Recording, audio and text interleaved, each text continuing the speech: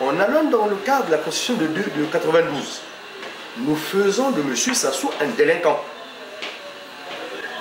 Mais ridicule ce que M. Sassou met en place la Constitution.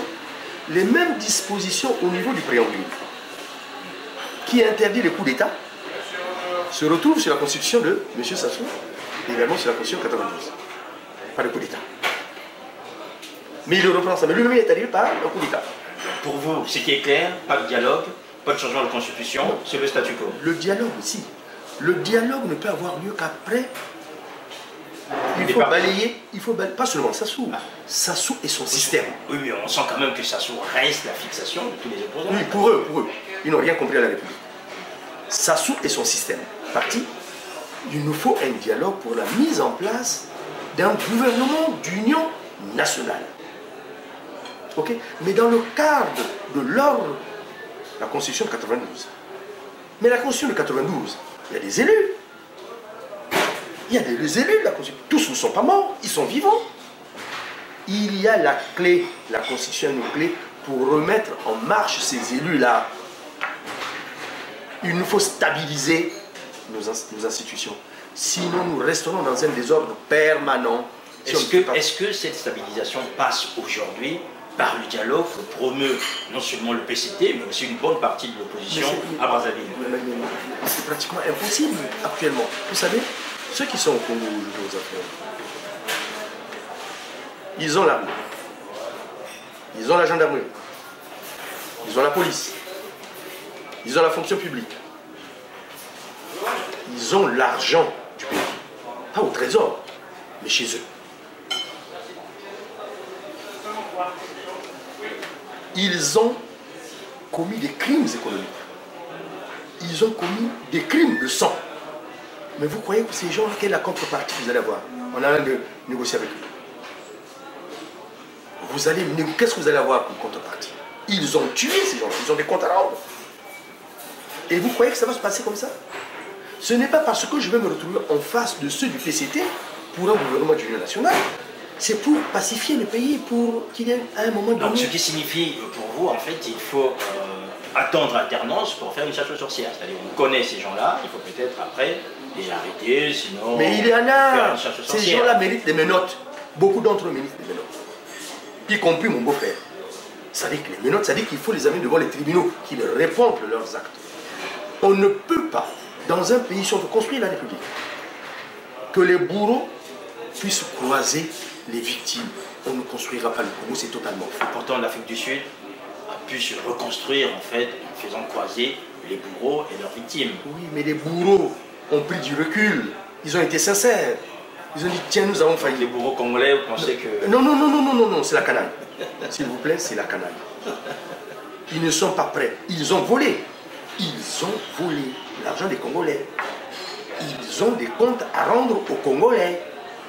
Nous ne leur ferons pas cadeau. Pour moi, il y a une chose.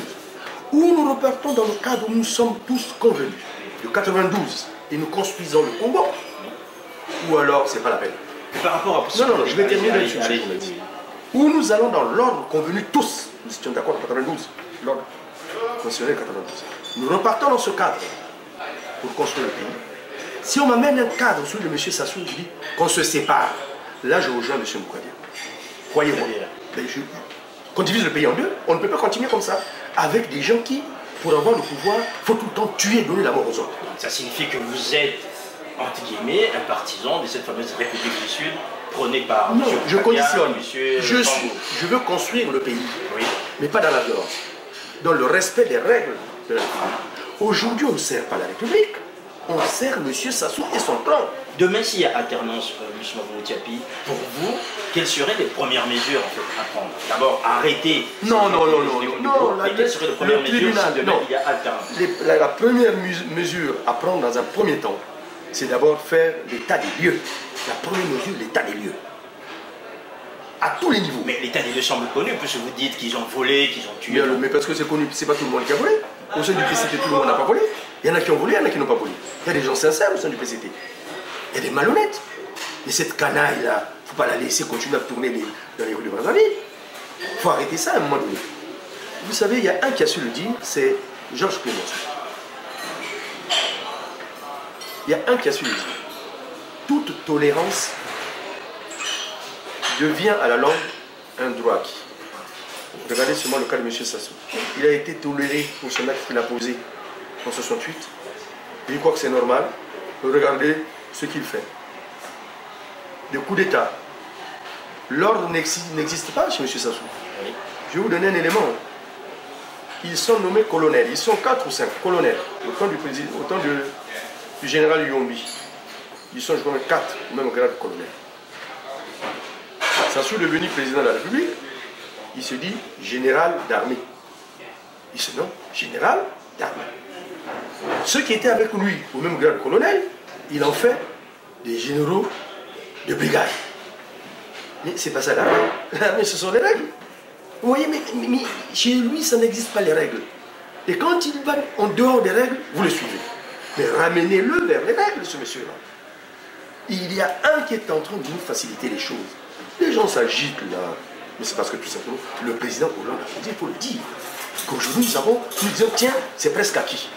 C'est presque acquis. Mais, qu'est-ce que nous faisons? N'oubliez pas qu'il est soutenu au bout des lèvres, ici en France, le président Hollande, par ses compatriotes. Il y en a qui vont manger là-bas auprès de Sassou, les Français, qui aimeraient bien que Sassou reste. Mais qu'est-ce que nous disons au président Hollande? Quelle est la réflexion que nous lui apportons, nous, qui prétendons demain aller aux affaires? Qu'est-ce que nous lui proposons?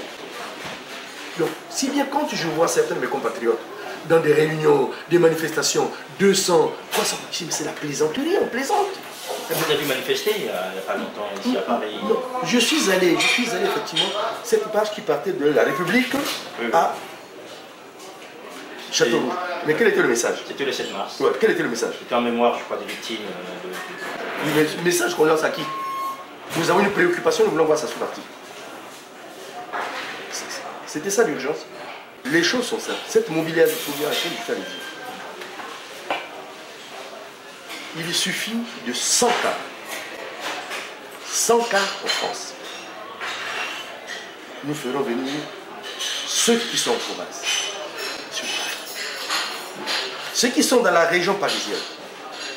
Un quart, c'est 50 personnes. 100 cas, c'est 5000 personnes. Nous aurons les 5000. Croyez-moi, c'est la volonté hier. 500 Congolais. 500 Congolais qui sont capables de mettre 20 €. 20 ou 25 €.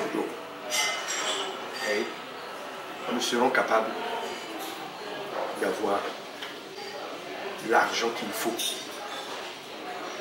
pour avoir les cas. Faire venir ce don. Avec 100 000 €, il nous faut 100 000 €, maximum 100 000 €. Avec les cars qui partiront de province, les cars qui partiront d'ici, la région parisienne, nous serons capables de nous retrouver 5 000. Et sur les 5 000, nous allons demander à quelques Français qui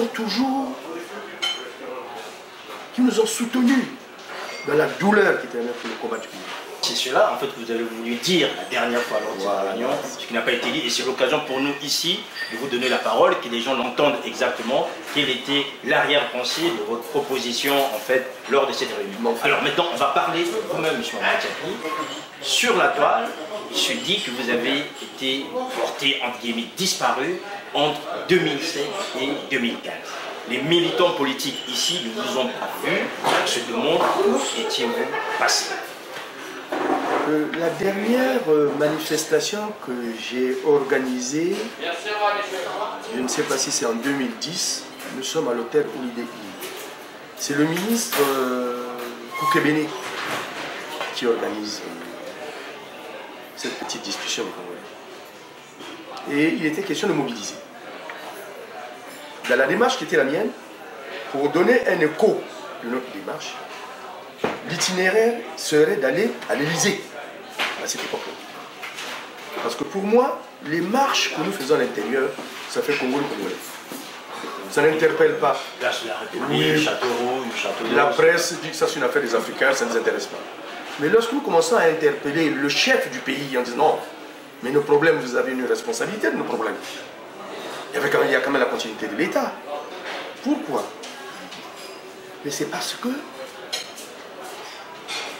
Chesson, le ministre Chesson, le ministre des Relations extérieures sous le président Mitterrand. Il accorde une interview. Un journaliste français qui lui pose la question du Monsieur le ministre, il y a un diplomate, un ambassadeur qui a été relevé au Gabon. Comment ça s'est passé en Conseil des ministres?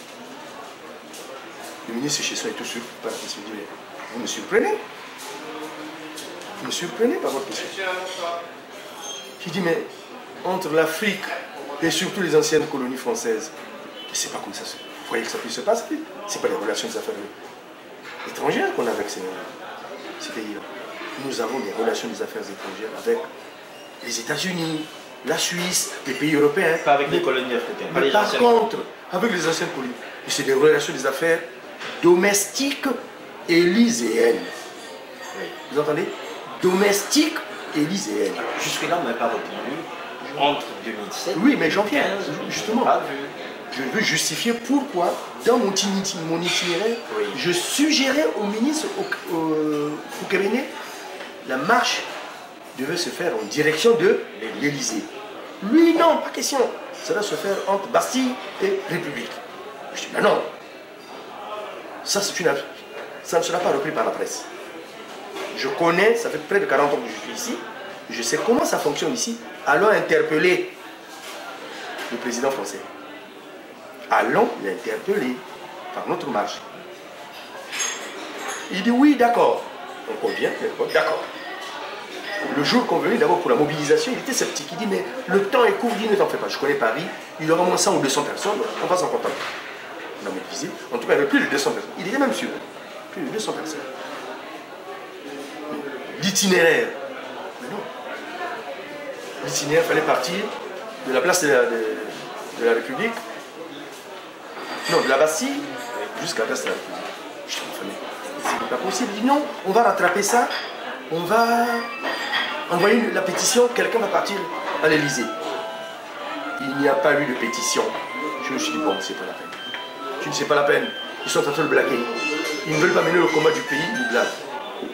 Vous voyez, je me suis dit, bon, à quoi ça sert? Et je me suis dit, peut-être qu'avec le ministre Ouabari, je vais trouver une solution pour peut-être mieux se comprendre. Mais je me rends compte que non, c'est encore pire. Donc en fait, c'était juste une déception en fait, par rapport à voilà, une véritable déception. Qui a fait que vous ne soyez plus là, que vous êtes revenu là maintenant. Voilà, je me suis dit, vous sentez les choses un peu plus. Voilà, je me suis dit, mais il y a quelque chose à faire. Mais avant ça, j'ai réuni des jeunes.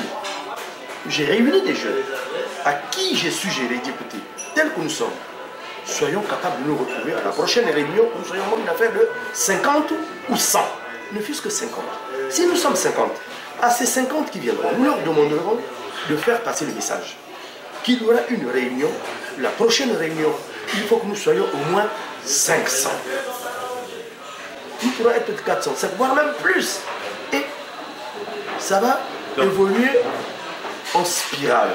Si on comprend bien, vous êtes resté actif, mais pas dans les grandes rencontres telles qu'on les connaît depuis un certain temps aujourd'hui. Vous êtes allé voir, ils plaisantent. Vous voyez, on leur demande d'aller au dialogue, ils vont au dialogue.